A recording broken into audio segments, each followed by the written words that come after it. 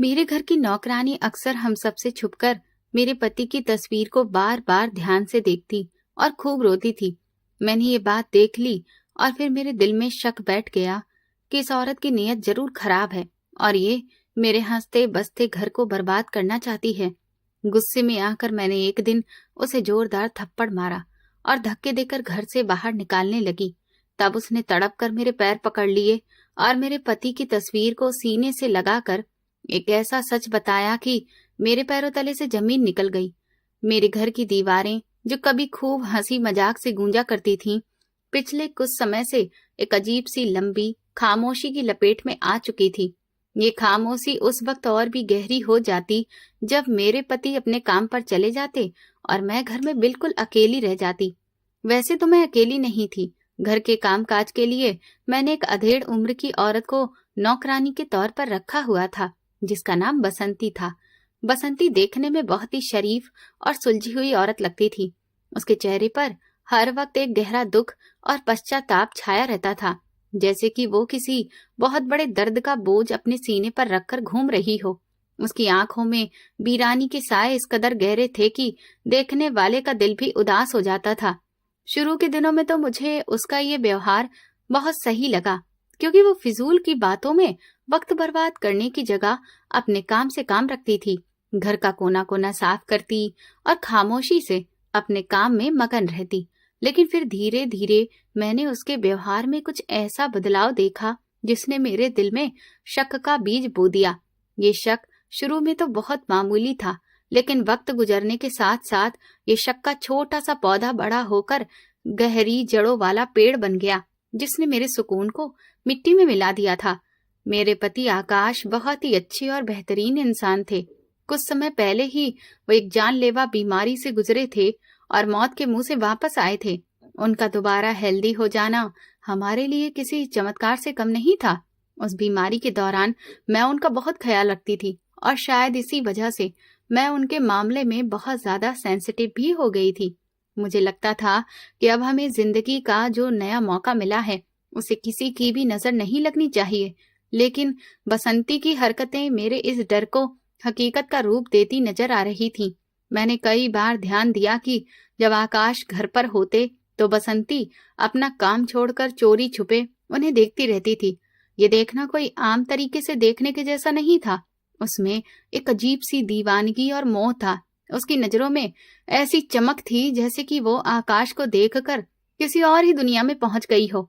शुरू में मैंने उसे इसका ये आदर समझा। मुझे लगा शायद वो आकाश की इज्जत करती है, क्योंकि आकाश ने कई बार उसकी आर्थिक मदद भी की थी। लेकिन बात सिर्फ यहाँ इज्जत तक ही सीमित नहीं रही, बल्कि मामला तो अब कुछ और ही रंग लेने लगा था। मैं अक्सर देखती कि जब आकाश डाइनिंग टेबल पर बैठते तो बसंती किचन के दरवाजे के किनारे से उन्हें टकटकी बांधकर देखती रहती। उसकी नजरें आकाश के चेहरे से हटती ही नहीं थी और ना ही उसकी पलकें झपकती थी। ये बात मुझे अंदर ही अंदर खाई जा रही थी कि आखिर एक नौकरानी को मेरे पति में इतनी गहरी दिलचस्पी क्यों है। जब वो आकाश को पानी का गिलास देती तो उसके हाथ कांप रहे होते और उसके चेहरे पर एक अजीब सी हलचल और दर्द का मिला जुला भाव होता, जैसे कि वो किसी बहुत खास चीज को छू रही हो। मेरा शक उस वक्त यकीन में बदलने लगा जब मैंने महसूस किया कि वो आकाश की चीजों में भी कुछ ज्यादा ही दिलचस्पी लेने लगी थी। एक दिन दोपहर के वक्त मैं अपने कमरे से बाहर निकली तो मैंने देखा कि बसंती आकाश के कमरे में खड़ी है। आकाश उस वक्त ऑफिस जा चुके थे। मुझे हैरानी हुई कि वो वहां पर भला क्या कर रही है। मैं दबे पांव पास गई और जो देखा उससे मेरे पैरों तले से जमीन निकल गई। बसंती आकाश की वो कमीज अपने हाथों में लिए खड़ी थी जो कि वो सुबह उतार कर गए थे। उसने उस कमीज को अपने चेहरे से लगाया हुआ था और उसकी आंखें बंद थीं, जैसे कि वो उस कमीज में से आकाश की खुशबू को अपने अंदर उतार रही हो। वो उस कमीज को ऐसे सहला रही थी जैसे वो कोई कपड़ा नहीं बल्कि एक जीता जागता इंसान हो। ये मंजर मेरे लिए बर्दाश्त करना नामुमकिन था। मेरे शरीर में आग लग गई। एक नौकरानी की इतनी हिम्मत कैसे हो सकती है कि वो मेरे पति के कपड़ों को इस तरह से छुए। मेरे मुंह से गुस्से की आवाज निकली तो वो एकदम से हड़बड़ा गई और कमीज जल्दी से एक तरफ रख दी। उस दिन तो मैंने उसे कुछ भी नहीं कहा लेकिन मेरे दिल में नफरत और शक की एक ऐसी परत जम गई थी जिसे हटाना अब नामुमकिन लग रहा था। मैं सोचने लगी कि क्या ये औरत मेरे पति पर डोरे डालने की कोशिश कर रही है? क्या इसका बेचारापन और शरीफ दिखना सिर्फ एक ढोंग है ताकि ये मेरे घर में अपनी जगह बना सके और फिर मेरे पति को मुझसे छीन ले? ये ख्याल आते ही मेरा दिल डर के मारे कांप उठा, क्योंकि मैं आकाश के बिना जिंदगी गुजारने के बारे में सपने में भी नहीं सोच सकती थी। इस वाक्य के बाद मैं बसंती पर कड़ी नजर रखना शुरू कर दिया। मैं हर वक्त उसी की ताक में रहती कि वो कब कोई गलती करे और मैं उसे रंगे हाथों पकड़ लूं। लेकिन वो बहुत ही चालाक थी। मेरे सामने वो बिल्कुल नॉर्मल रहती थी, लेकिन मेरी गैर मौजूदगी में उसका व्यवहार पूरी तरह से बदल जाता था। कई बार मैंने देखा कि वो घर की सफाई करते हुए आकाश की तस्वीरों के पास जाकर रुक जाती। हमारे ड्राइंग रूम में आकाश की एक बहुत बड़ी तस्वीर लगी हुई थी जो उनकी बीमारी के बाद हमने बनवाई थी। जब वो हेल्दी होकर घर पे वापस लौट आए थे तो उस तस्वीर में आकाश मुस्कुरा रहे थे और बहुत ही सुकून भरे लग रहे थे। मैंने अक्सर बसंती को उस तस्वीर के सामने खड़े देखा। वो काम करते करते रुक जाती और घंटों उस तस्वीर को देखती रहती। कभी कभी वो अपना हाथ उठाकर तस्वीर में मौजूद आकाश के चेहरे को छूने की कोशिश भी करती, लेकिन फिर डरकर अपना हाथ पीछे हटा लेती। उसकी ये सारी हरकतें मेरे सब्र का इम्तिहान ले रही थी। मैं सोचती कि आखिर इस औरत को दिक्कत क्या है? ये क्यों मेरे पति के पीछे पड़ी हुई है? क्या इसे अपनी उम्र और अपनी हैसियत का जरा भी ख्याल नहीं है? मेरे दिमाग में तरह तरह की उलझनें आने लगी थी। मेरी सहेलियों ने भी मुझे डराना शुरू कर दिया कि आजकल की नौकरानियां इस तरह से घर के मर्दों को अपने जाल में फंसा लेती हैं कि मर्द अपनी सोचने समझने की क्षमता ही खो बैठते हैं और फिर हंसते बसते घर भी बर्बाद हो जाते हैं। ये बातें मेरे दिमाग पर हथौड़े की तरह बरसती और मैं हर गुजरते दिन के साथ मानसिक मरीज जैसी बनती जा रही थी। आकाश अपनी ही दुनिया में मगन थे। उन्हें इस बात की खबर भी नहीं थी कि उनके घर में क्या खिचड़ी पक रही है। मैंने उन्हें बताना भी ठीक नहीं समझा, क्योंकि मुझे डर था कि कहीं वो मुझे ही शक करने वाली और छोटी छोटी बातों को लेकर टेंशन क्रिएट करने वाली औरत ना समझने लगे। इसीलिए मैं अंदर ही अंदर घुटती जा रही थी और मौके की तलाश में थी कि कब बसंती को उसके किए की सजा दूं। मेरे अंदर की जलन मुझे चैन नहीं लेने देती थी। मैं रातों को उठकर देखती कि कहीं बसंती कमरे से बाहर तो नहीं है। मेरा शक जुनून की हदों को पार कर रहा था और मुझे हर चीज में बसंती की साजिश नजर आने लगी थी। यहाँ तक कि अगर आकाश कभी बसंती के हाथ के बने खाने की तारीफ कर देते तो मेरा खून खौल उठता। मुझे लगता था कि वो खाने में कुछ मिलाकर उन्हें खिला रही है ताकि आकाश उसकी गिरफ्त में आ जाए। वो दिन भी फिर जल्दी ही आ गया जिसने इस सारे मामले को एक नया मोड़ दे दिया। उस दिन मुझे अपनी माँ के घर जाना था और मैंने बसंती से कह दिया कि मैं शाम तक वापस आऊंगी। आकाश भी शहर से बाहर किसी काम के सिलसिले में गए हुए थे।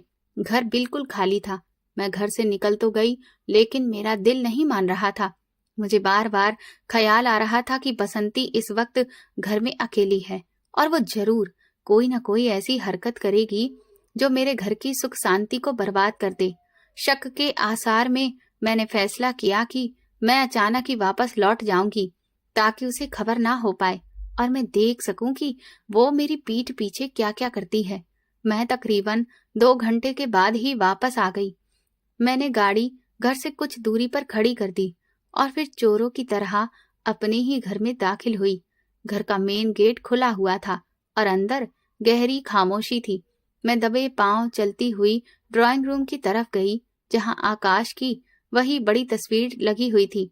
मेरा दिल जोर जोर से धड़क रहा था और मेरे माथे पर पसीना आ रहा था, जैसे मुझे यकीन हो गया हो कि अब कुछ बहुत बड़ा होने वाला है। जैसे ही मैं ड्राइंग रूम के दरवाजे के पास पहुंची, मुझे अंदर से किसी के रोने की आवाज आई। ये आवाज सिसकियों में डूबी हुई और बहुत ही दर्दनाक थी। मैंने धीरे से दरवाजे की छोटी सी दरार से अंदर झांका। जो नजारा मैंने देखा उसने मेरे सारे सुकून और शक को यकीन में बदल दिया। बसंती उस वक्त फर्श पर बैठी हुई थी और उसके हाथ में आकाश की वही तस्वीर मौजूद थी जो हमेशा टेबल पर रखी रहती थी। उसने उस तस्वीर को अपने सीने से लगा रखा था और वो पागलों की तरह उस तस्वीर को अपने आप से लगा रही थी। उसके आंसू लगातार बह रहे थे और वो बहुत ही धीरे धीरे कुछ बोल भी रही थी, जो मुझे दरवाजे तक सुनाई नहीं दे रहा था। उसका अंदाज ऐसा था जैसे कोई आशिक अपने महबूब की तस्वीर से बातें कर रहा हो और तस्वीर पर हाथ फेरते फेरते रोता जा रहा हो। उसकी इस हरकत ने मेरे दिमाग की नसों में बारूद भर दिया। ये नजारा देखकर मेरे सब्र का बंधन टूट गया। मेरी आंखों के सामने अंधेरा छा गया और मुझे कुछ भी दिखाई नहीं दे रहा था, सिवाय उस औरत के जो मेरे पति की तस्वीर के साथ वो सब कर रही थी जिसका हक सिर्फ मेरा था।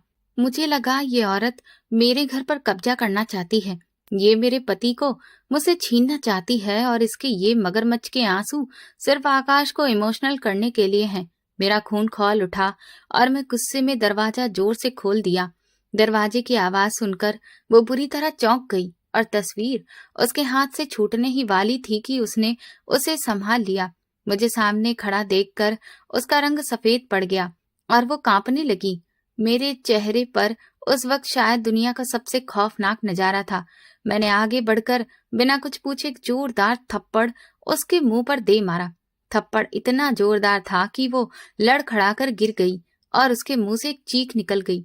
मैं चिल्लाकर मैंने बोला, कमबख्त औरत, तेरी इतनी हिम्मत कि तू मेरे पति की तस्वीर को अपने गंदे हाथों से छुए। मैं तुझे शराफत की देवी समझती थी, लेकिन तू तो आस्तीन का सांप निकली। तू मेरे घर का ही नमक खाकर मेरी ही जड़ों में आग लगाकर बैठ गई।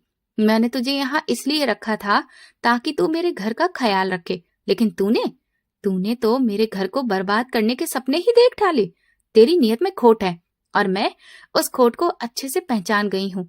अब निकल जा मेरे घर से, इसी वक्त दफा हो जा।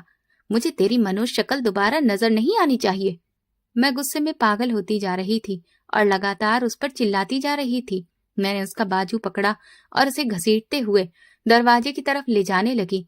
वो रो रही थी और तड़प रही थी। उसके हाथ जोड़कर कहने लगी कि मालकिन, भगवान के लिए मेरी बात सुन लीजिए, मुझे मत निकालिए। मेरा कोई भी गलत इरादा नहीं है। लेकिन मैं तो सुनने के लिए तैयार ही नहीं थी।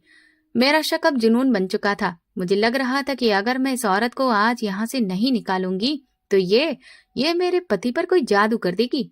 मैं उसे धक्के देते हुए बाहर की तरफ ले जा रही थी कि अचानक उसने पूरी ताकत से खुद को मेरी गिरफ्त से आजाद किया और मेरे पैरों में आकर गिर गई।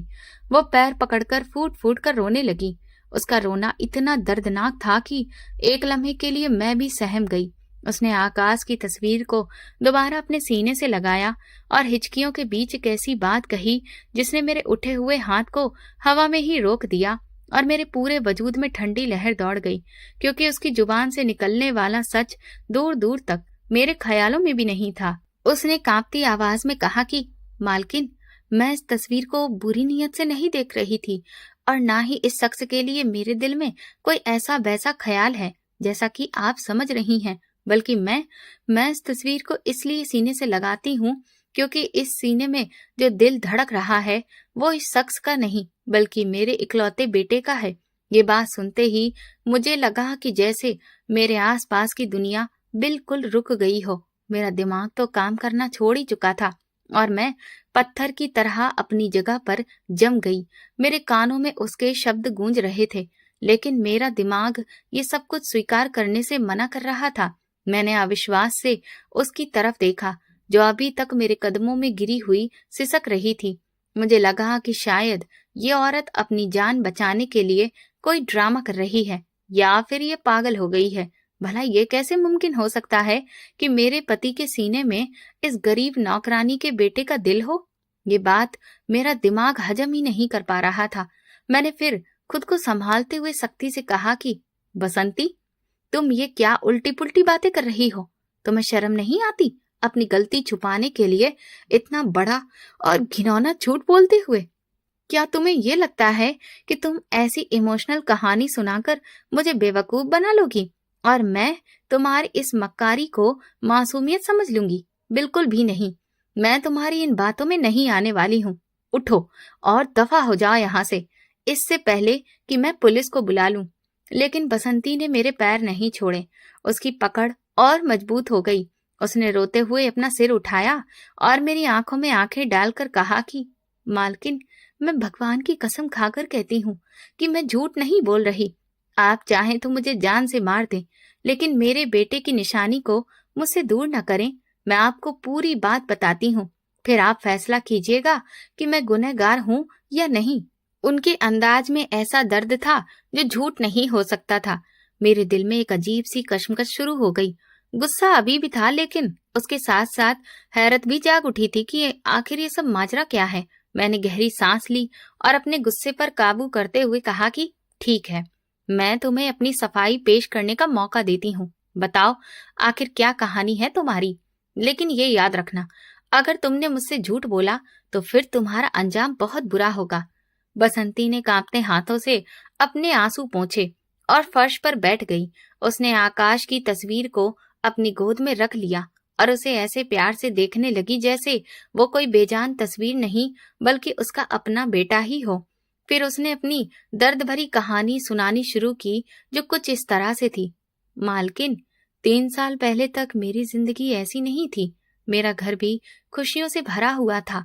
मेरे पति तो बहुत पहले ही इस दुनिया से चले गए थे, लेकिन मेरा एक ही बेटा था जिसका नाम अमर था। वही मेरा एकमात्र सहारा था, मेरी आंखों का तारा और मेरे बुढ़ापे का सहारा। मैंने लोगों के घरों में काम करके उसे पाला और पढ़ाया लिखाया। वो बहुत ही समझदार और प्यारा बच्चा था, बिल्कुल आपके पति की तरह। अच्छाई और सादगी उसकी रग रग में थी।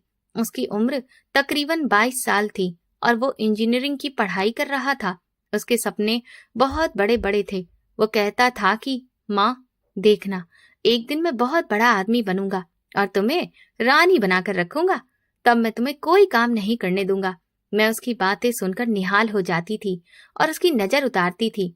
मुझे क्या पता था कि मेरी खुशियों को बहुत जल्द किसी की नजर लगने वाली है और मेरा हंसता बसता घर उजड़ने वाला है। वो मनहूस दिन मुझे आज भी याद है, जब अमर घर से यूनिवर्सिटी के लिए निकला था। उस दिन तेज बारिश हो रही थी। मैंने उसे मना भी किया था कि बेटा, आज तुम अपनी मोटरसाइकिल लेकर मत जाना, लेकिन वो हंसकर बोला कि माँ, तुम फिक्र ना करो, मैं जल्दी ही घर वापस आ जाऊंगा। वो चला गया और मैं घर के कामों में लग गई। दोपहर के वक्त मेरे दरवाजे पर दस्तक हुई। मैंने दरवाजा खोला तो सामने मोहल्ले के कुछ लोग खड़े थे। उनके चेहरे उतरे हुए थे। मेरा दिल जोर जोर से धड़कने लगा। उन्होंने बताया कि अमर का एक्सीडेंट हो गया है और उसे अस्पताल लेकर गए हैं। ये सुनते ही मेरे पैरों तले से जमीन निकल गई। मैं बिना चप्पल पहने ही अस्पताल की तरफ भागी। वहां पहुंची तो देखा कि मेरा बेटा खून में लथपथ स्ट्रेचर पर पड़ा था। डॉक्टर उसके आसपास जमा थे। मुझे उसके करीब जाने ही नहीं दिया गया। मैं बाहर खड़ी रोती रही, भगवान से भीख मांगती रही, लेकिन शायद भगवान को तो कुछ और ही मंजूर था। थोड़ी देर के बाद एक डॉक्टर साहब बाहर आए और उन्होंने मुझे बताया कि अमर के सिर पर बहुत गहरी चोट लगी है और उसका ब्रेन डेड हो गया है। इस हालत में उसका जिंदा रहना मुमकिन ही नहीं है, लेकिन उसका दिल अभी भी काम कर रहा है। ये सुनकर मुझ पर जैसे कयामत ही टूट पड़ी। मैंने डॉक्टर के पैर पकड़ लिए कि मेरे बेटे को बचा लीजिए, लेकिन वो भी बेबस थे। इसी दौरान एक बड़े डॉक्टर साहब मेरे पास आए और उन्होंने मुझे एक अजीब सी बात कही। उन्होंने कहा कि देखिए, आपका बेटा तो वापस नहीं आ सकता, लेकिन वो जाते जाते किसी और को जिंदगी दे सकता है। उन्होंने मुझसे कहा कि अगर मैं इजाजत दूं तो वो अमर का दिल किसी ऐसे मरीज को लगा सकते हैं जो मौत के मुंह में है और जिसे दिल की सख्त जरूरत है। पहले तो मैंने साफ मना कर दिया। मैंने कहा कि मैं कैसे अपने जिगर के टुकड़े के शरीर पर चीरा लगने दूं। मैं चिल्लाकर बोली कि नहीं, मैं अपने बेटे के साथ चीरफाड़ नहीं होने दूंगी। लेकिन फिर डॉक्टर साहब ने मुझे समझाया कि इस तरह मेरा बेटा मरकर भी जिंदा रहेगा, उसका दिल किसी और के सीने में धड़कता रहेगा। बहुत सोच विचार के बाद मुझे ख्याल आया कि अमर हमेशा दूसरों की मदद करने का जज्बा रखता था। शायद उसकी भी यही मर्जी होती। मैंने फिर दिल पर पत्थर रखकर रोते हुए इस बात की इजाजत दे दी। मेरे दस्तखत लेते ही वे लोग उसे ऑपरेशन थिएटर ले गए। कुछ घंटों के बाद मुझे मेरे बेटे की लाश मिली, जिसके सीने पर टांके लगे हुए थे। मैंने उसे अंतिम विदाई दी और मेरी दुनिया वीरान हो गई। उसके बाद मैं पागलों की तरह अपनी जिंदगी गुजारने लगी। मुझे ये नहीं बताया गया कि मेरे बेटे का दिल किसको दिया गया था। अस्पताल वालों ने कहा कि ये एक राज होता है और बताया नहीं जाता। मैं रोजाना अमर को याद करते हुए रोती रहती, लेकिन मुझे सुकून नहीं मिलता था। मुझे बार बार ख्याल आता कि मेरे बेटे का दिल कहीं ना कहीं तो धड़क रहा है। वो जिंदा है, वो पूरी तरह मरा नहीं है। मैं उस इंसान को ढूंढना चाहती थी जिसके सीने में मेरे अमर की निशानी है। मैंने अस्पताल के चक्कर लगाने शुरू कर दिए। मैंने वहां के निचले स्टाफ के आगे हाथ जोड़े, उन्हें रिश्वत दी और फिर आखिरकार एक वार्ड बॉय ने मुझे चोरी छुपे वो फाइल दिखा दी जिसमें दिल जिसे लगाया गया था उसका नाम और एड्रेस लिखा हुआ था। वो नाम आकाश साहब का था और एड्रेस इसी घर का था।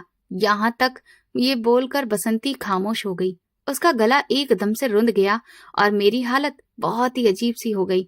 मेरे पूरे वजूद का एक एक रोंगटा खड़ा हो गया था। मुझे याद आ गया कि ठीक 3 साल पहले ही आकाश का हार्ट ट्रांसप्लांट हुआ था और वो भी उसी अस्पताल में हुआ था जिसके बारे में बसंती बता रही थी। तारीख और दिन सब कुछ बसंती की कहानी से मैच कर रहा था। मेरा जो गुस्सा था वो पानी की तरह बह चुका था और उसकी जगह एक अजीब से एहसास और सदमे ने ले ली थी। मैं अपनी जगह पर चुपचाप खड़ी थी और बसंती दोबारा बोलने लगी। मालकिन, जब मुझे पता चला कि मेरे बेटे का दिल आकाश साहब के पास है तो मैंने फैसला किया कि मैं उनके घर में जाऊंगी। मैं भीख मांगने या एहसान जताने नहीं आई थी। मैं सिर्फ और सिर्फ अपने बेटे के दिल के करीब रहना चाहती थी। मैंने पता किया तो मालूम हुआ कि आप लोगों को नौकरानी की सख्त जरूरत है। मैंने अपनी पहचान छुपाकर यहाँ पर नौकरी हासिल कर ली। जिस दिन मैं पहली बार इस घर में दाखिल हुई और आकाश साहब को देखा तो मेरा कलेजा मुंह को आ गया। वो सोफे पर बैठे हुए अखबार पढ़ रहे थे। मैंने उनके चेहरे को नहीं देखा। मेरी नजर सीधा उनके सीने पर जा टिकी जहां मेरे अमर का दिल धड़क रहा था। मुझे लगा कि मेरा बेटा मेरे सामने बैठा है। मेरा दिल चाहा कि मैं दौड़कर जाऊं और उनके सीने से लगकर अपने बेटे की धड़कन सुनूं, लेकिन मैं मजबूर थी। मैं एक नौकरानी थी और वो मालिक। मैं खामोशी से काम करती रही, लेकिन मेरा ध्यान हर वक्त आकाश साहब की तरफ ही रहता। जब भी वो घर पर होते तो मुझे लगता कि मेरा बेटा घर पर है। जब वो मुस्कुराते तो मुझे लगता कि मेरा अमर मुस्कुरा रहा है। मैं उनकी सेवा इसीलिए दिलो जान से करती थी क्योंकि मैं अपने बेटे के दिल की सेवा कर रही होती थी।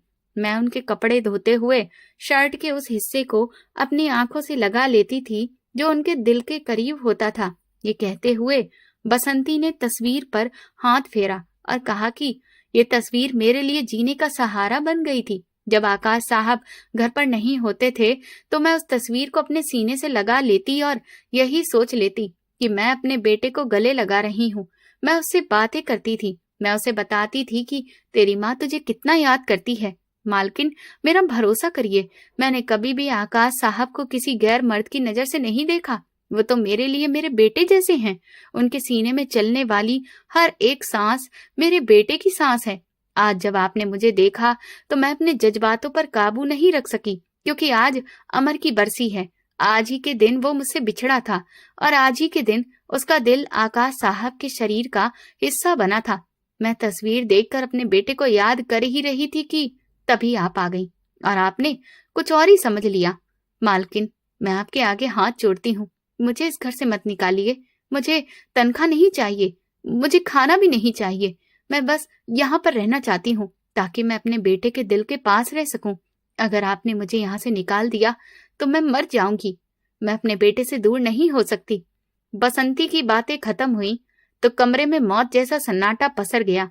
सिर्फ उसकी सिसकियों की आवाज आ रही थी। मैं अपनी जगह से हिलने के काबिल ही नहीं थी। मेरे आंसू लगातार बह रहे थे। मैंने जो कुछ सोचा था हकीकत उससे बिल्कुल अलग निकली।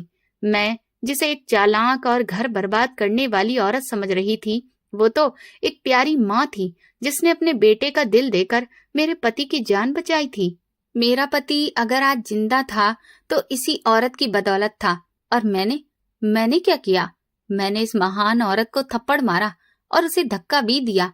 उस औरत के चरित्र पर कीचड़ उछाला। मेरी शादीशुदा जिंदगी का कोई इम्तिहान नहीं था, लेकिन मेरे अपने हाथों ने इस महान मां पर वार किया था। मुझे समझ ही नहीं आ रहा था कि मैं बसंती से नजरें कैसे मिलाऊं। मेरा दिल चाह रहा था कि मैं जमीन में गड़ जाऊं।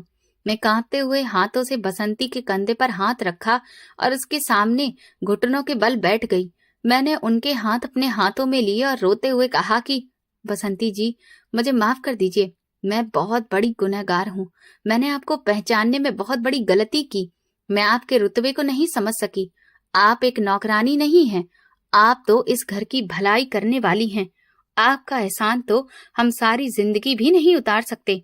ये दिल जो आकाश के सीने में धड़क रहा है, ये वाकई आपका है। इस पर आपका अधिकार है, मुझसे कहीं ज्यादा है। मैंने उनके आंसू पोंछे और उन्हें उठाकर सोफे पर बिठाया। वो अभी भी रो रही थी, लेकिन अब उनके आंसुओं में सुकून था। मैंने आकाश की तस्वीर उनके हाथों से लेकर टेबल पर रखी और उनके गले लग गई। हम दोनों औरतें देर तक रोती रहीं। फर्क सिर्फ इतना था कि वो अपने बेटे की याद में रो रही थी और मैं अपने पछतावे में रो रही थी। इस खुलासे ने मेरे और बसंती आंटी के बीच मालकिन और नौकरानी के रिश्ते को खत्म कर दिया था। अब हम एक ही दर्द की डोर से बंधी हुई दो औरतें थीं। मैं सोच रही थी कि जब आकाश को ये बात पता चलेगी तो उनकी क्या प्रतिक्रिया होगी। वो इंसान जो अपने सीने में धड़कते हुए दिल के असली मालिक से अनजान है, जब उसे पता चलेगा कि दिल की माँ उसी के घर में झाड़ू पोछा करती रही और उसकी पत्नी ने उस माँ के साथ ऐसा व्यवहार किया, तो वो मुझे कभी माफ नहीं करेंगे। ये सोचकर मेरा दिल फिर से घबरा गया। लेकिन मैंने ये फैसला कर लिया था कि अब मैं बसंती आंटी को वो इज्जत और मुकाम दूंगी जिसकी वो हकदार हैं। लेकिन कहानी अभी खत्म नहीं हुई थी। बसंती आंटी ने मुझे फिर एक और ऐसी बात बताई जिसने मुझे और भी ज्यादा हैरान कर दिया। उन्होंने बताया कि अमर ने मरने से पहले अपनी एक डायरी लिखी थी जो उनके पास सुरक्षित है। उस डायरी में उसने एक अजीब सी इच्छा जाहिर की थी। बसंती आंटी ने अपने झोले से एक छोटी सी पुरानी डायरी निकाली और मेरे हवाले की। उस डायरी के आखिरी पन्ने पर लिखे शब्द पढ़कर मेरी आंखें खुली की खुली रह गईं। उसमें अमर ने लिखा था कि अगर मैं मर जाऊं और मेरे अंग किसी के काम आ सकें तो मेरा दिल सिर्फ उसी इंसान को देना जो उसकी कदर करे। और माँ, तुम कभी भी उस इंसान को अकेला मत छोड़ना जिसके पास मेरा दिल हो। ये शब्द पढ़कर मुझे यकीन हो गया कि बसंती आंटी का यहाँ आना सिर्फ इत्तेफाक नहीं था, बल्कि ये कुदरत का लिखा हुआ एक फैसला था जो हमें जोड़ने के लिए किया गया था। अब मेरे सामने दो रास्ते थे। या तो मैं इस राज को राज ही रहने देती और आकाश को कभी भी कुछ नहीं बताती, या फिर मैं हिम्मत करके आकाश को सब कुछ बता देती और उसके नतीजे का सामना करती।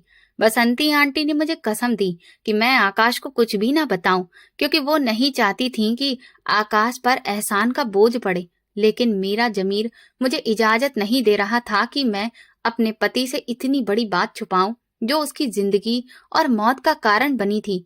इसी उलझन में शाम हो गई और बाहर आकाश की गाड़ी का हॉर्न बजा। हॉर्न सुनते ही मेरे दिल की धड़कन तेज हो गई। बसंती आंटी घबराकर किचन की तरफ जाने लगी, लेकिन मैंने उनका हाथ पकड़कर उन्हें रोक लिया और फैसला किया कि आज इस राज से पर्दा उठेगा। आज आकाश को पता चलना चाहिए कि वो जिन सांसों की डोर से बंधे हैं उसका दूसरा सिरा किसके हाथ में है। आकाश घर में दाखिल हुए तो घर का माहौल देखकर एकदम रुक गए। मेरी सूजी हुई आंखें और बसंती आंटी की हालत देखकर वो परेशान हो गए। उन्होंने सवालिया नजरों से मेरी तरफ देखा। मैंने कुछ लम्हों के लिए खामोशी ओढ़ ली, फिर उनका हाथ पकड़कर उन्हें सोफे पर बिठाया और बसंती आंटी को उनके सामने बिठा दिया। फिर मैंने वो दास्तान शुरू की जो मौत से शुरू होकर जिंदगी पर खत्म होती थी और जिसके हर एक शब्द में दर्द और बलिदान की ऐसी मिसाल छुपी थी जो पत्थर दिल को भी मोम कर दे। मैं कांपती हुई आवाज में मैंने कहना शुरू किया कि आकाश, आपको याद है जब आप अस्पताल में जिंदगी और मौत के बीच में झूल रहे थे और डॉक्टरों ने जवाब दे दिया था? उस वक्त हमें एक मसीहा की जरूरत थी जो अपना दिल देकर आपकी सांसों को वापस कर दे।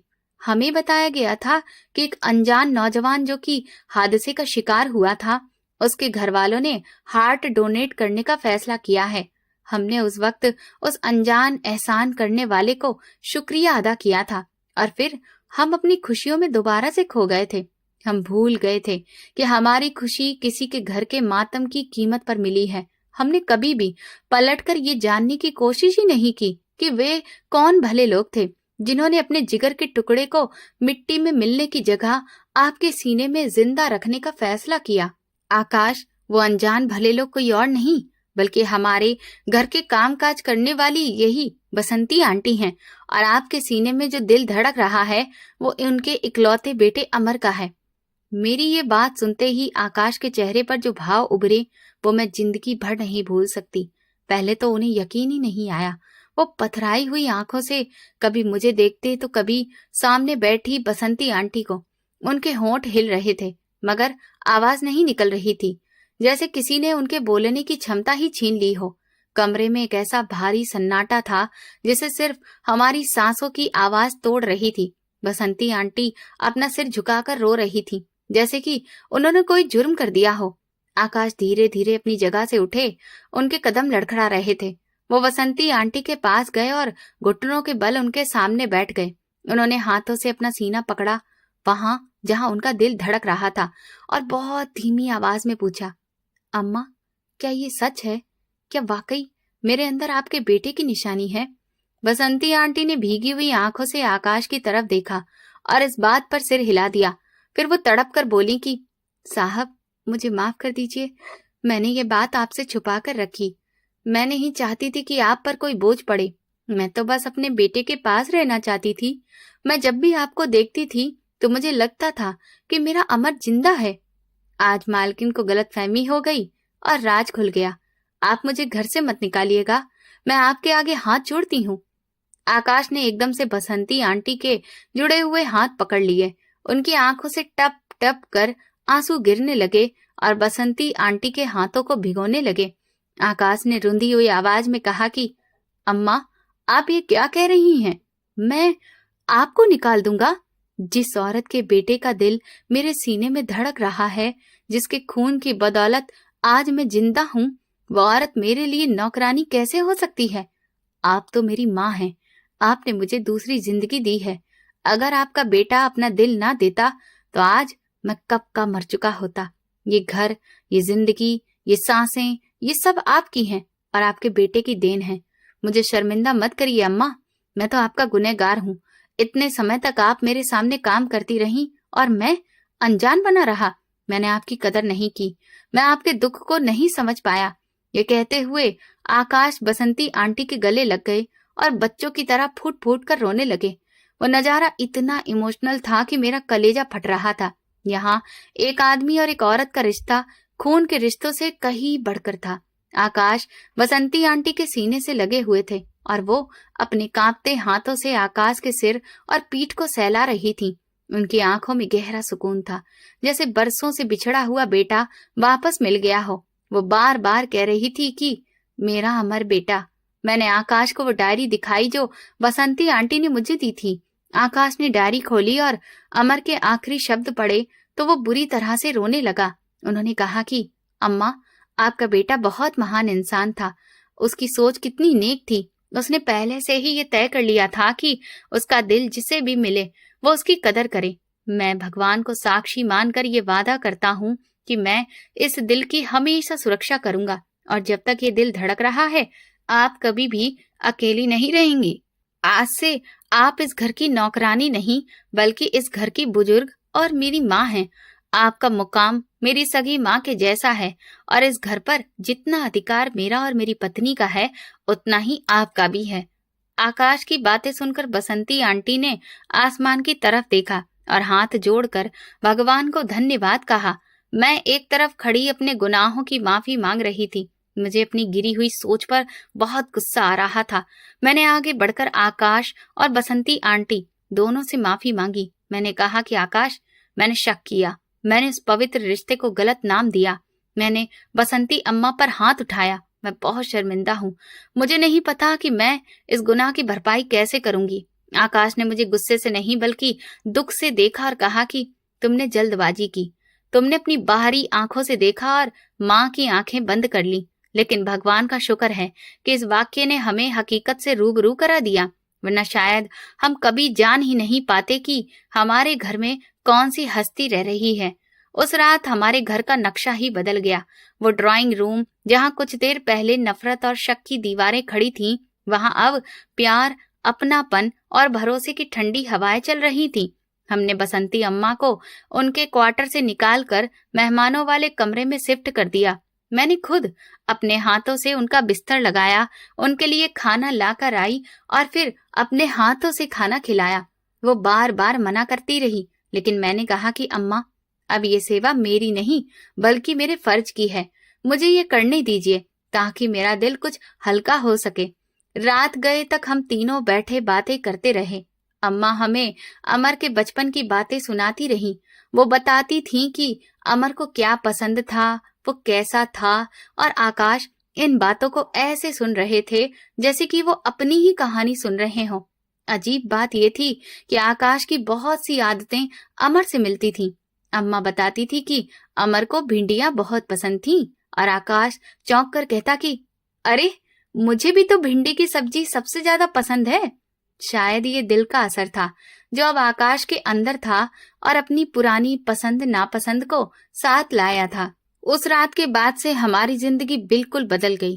बसंती अम्मा अब घर की नौकरानी नहीं बल्कि माँ बन गई थी।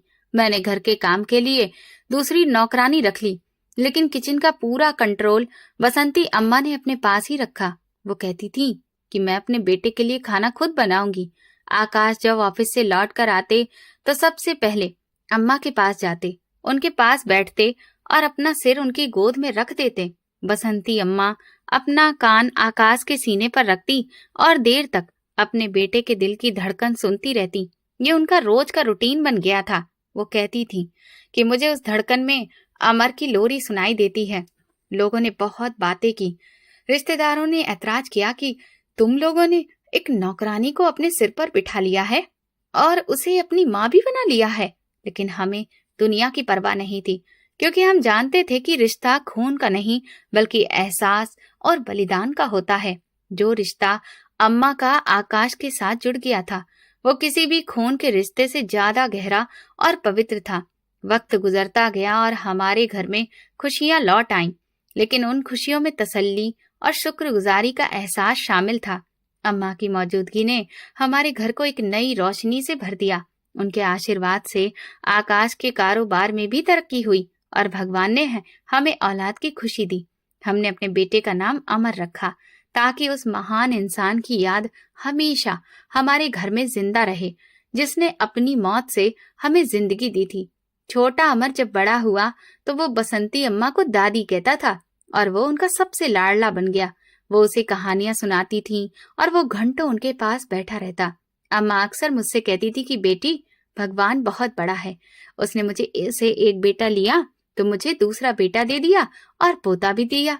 उसने मेरे बलिदान को बेकार नहीं जाने दिया।